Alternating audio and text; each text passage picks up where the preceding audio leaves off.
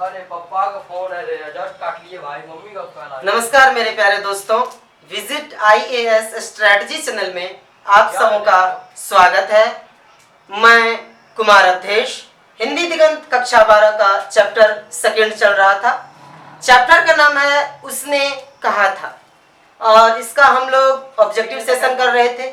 इसी सेशन में हम लोग 3 ऑब्जेक्टिव का वीडियो अपलोड हो चुका है और आप लोग देख चुके हैं। ये पार्ट 4 है और इसमें हम लगभग 12 से 13 ऑब्जेक्टिव करेंगे। आइए हम लोग ऑब्जेक्टिव करते हैं। इसमें पहला ऑब्जेक्टिव है, लहना सिंह को गोली कहाँ लगी थी। ध्यान से देखिएगा, लहना सिंह को गोली कहाँ लगी थी। इसका उत्तर है जांघ में। लहना सिंह जो लड़ाई में मारे गए थे उनको जांघ में गोली लगी थी। दूसरा देखिए, जर्मन सिपाही चिल्लाकर कहाँ घुस गए। मतलब इधर से लहना सिंह के पार्टी के जो सिपाही थे, जब वे खदेड़ने लगे तो जर्मन सिपाही खाई में जाकर घुस गए थे। इसका आंसर होगा खाई में। तीसरा ऑब्जेक्टिव देखिए, जर्मन 2 चक्की के पाटों में कैसे फंस गए थे। इसका आंसर है पीछे से सूबेदार और सामने से लहना सिंह के हमलों से। 2 चक्की के पाटों का मतलब है, यहाँ पर देखिए ये मुहावरा है, 2 चक्की के पाटों। जैसे हम लोग गांव घर में जैसे चक्की चलती है और उसमें आटा की पिसाई होती है, उसी प्रकार अर्थात दोनों तरफ से चक्की चलती है और बीच में अनाज को गिराया जाता है और चक्की चलने के बाद वह अनाज उसमें पीसा जाता है। तो इसी प्रकार 2 चक्की के पाटों में फंसना अर्थात मुसीबतों से घिर जाना, इसका अर्थ होता है। तो पीछे से जर्मन सैनिक जो थे, जो 2 चक्की के पाटों में फंस गए थे, इसका मतलब है जो पीछे से सूबेदार जी और आगे से लहना सिंह, दोनों ने हमला कर दिया और जर्मन सैनिक घबरा गए थे। तीसरा ऑब्जेक्टिव और चौथा ऑब्जेक्टिव है, ये मेंशन करने में थोड़ा हमें गलती हो गई है। लड़ाई खत्म होने के बाद दोनों तरफ से कितने सैनिकों की मौत हो गई।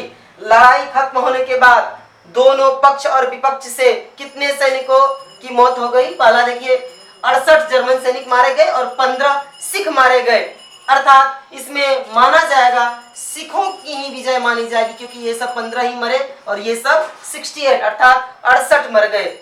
लड़ाई के समय किस प्रकार का चांद निकल आया था। लड़ाई के समय चांद निकलना, जिस प्रकार हम लोग आकाश में चांद देखते हैं, ये किस प्रकार की चांद की बात की गई है। यहाँ पर ऐसा चांद जिसके प्रकाश से संस्कृत कवियों का दिया हुआ नाम सार्थक होता है। लड़ाई के बाद एक ऐसा चांद उभरा, एक ऐसी विजय घोष हुआ जो सदा के लिए अमर हो गया। अगला ऑब्जेक्टिव देखिए, सूबेदार ने लहना सिंह से क्या कहा था। सूबेदार अर्थात लहना सिंह के जो हेड थे, वे लहना सिंह को बोले, यदि तू न होता तो आज सब मारे जाते। अर्थात उस लड़ाई के मतलब उस लड़ाई का जीत, उस लड़ाई का जो है, जिस प्रकार हम लोग मैच खेलते हैं तो मैन ऑफ द मैच देते हैं किसी एक को, उसी प्रकार इसमें लड़ाई में सबसे अच्छा जो लड़ा था और जिसके चलते वो जर्मन सैनिक पराजित हुए और ये सभी सैनिक विजयी हुए, तो उसमें लहना सिंह को वो श्रेय दिया गया। आज यदि तुम आज ना होता तो हम लोग तो नहीं बचते और विजय भी नहीं प्राप्त कर पाते, हम लोग की जीत नहीं होती।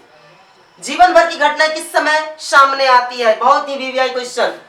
जीवन भर की घटनाएं किस समय सामने आती है। मृत्यु के समय, जब हम मरने लगते हैं तो पूरा हॉल लाइफ जो घटनाएं घटती है, वे मरने से पहले वो हमारे दिमाग में आने लगती है, चाहे वो अच्छा हो या चाहे बुरा हो। लहना सिंह नंबर 77 राइफल में क्या बन गया था, जमादार बन गया था। लहना सिंह नंबर 77 राइफल में जमादार बन गया था, इसे भी लिख लीजिएगा। सूबेदार ने लहना सिंह से क्या कहा था। सूबेदार ने लहना सिंह से कहा था, जो लहना सिंह, सूबेदारनी तुमको जानती है। यह एक ऐसा भाव था जिसे लहना सिंह सुन करके ठिठक गया। सूबेदारनी कौन थी। सूबेदारनी अर्थात लहना सिंह के हेड सूबेदार और सूबेदार की पत्नी सूबेदारनी, और सूबेदारनी लहना सिंह की पहली प्रेमिका थी, इसीलिए यहाँ पर लिखा गया लहना सिंह की प्रेमिका। अगला क्वेश्चन देखिए, सरकार ने बहादुरी का क्या इनाम दिया।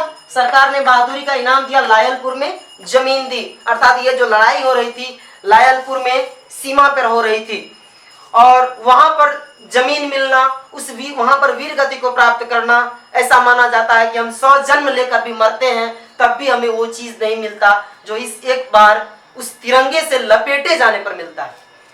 वजीरा सिंह ने अपनी गोद में किसका सिर रखा था? अगला ऑब्जेक्टिव होता है ये, लहना सिंह का सिर रखता है। और लास्ट ऑब्जेक्टिव यहाँ पर देख लीजिए, बहुत ही भावुक करने वाला ये ऑब्जेक्टिव है। लहना सिंह के बारे में अखबारों में या अखबारों से क्या खबर पढ़ने को मिली?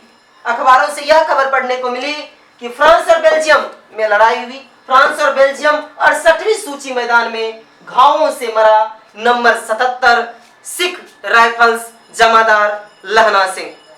और वो सदा के लिए वही लड़ते लड़ते उसी मिट्टी में वे मिल गए और अपने देश के लिए कुछ कर गए।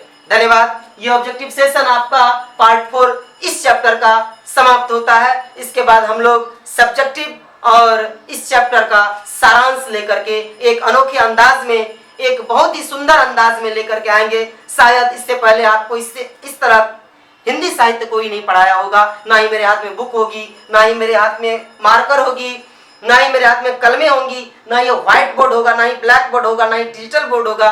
तो फिर क्या होगा? हम और आप होंगे और हम लोग बातचीत करेंगे। एक नए विषय से, एक नई पद्धति से हम लोग पढ़ेंगे और ऐसे पढ़ेंगे जो शायद आप जिंदगी भर उस पढ़ाई को नहीं भूल पाइएगा।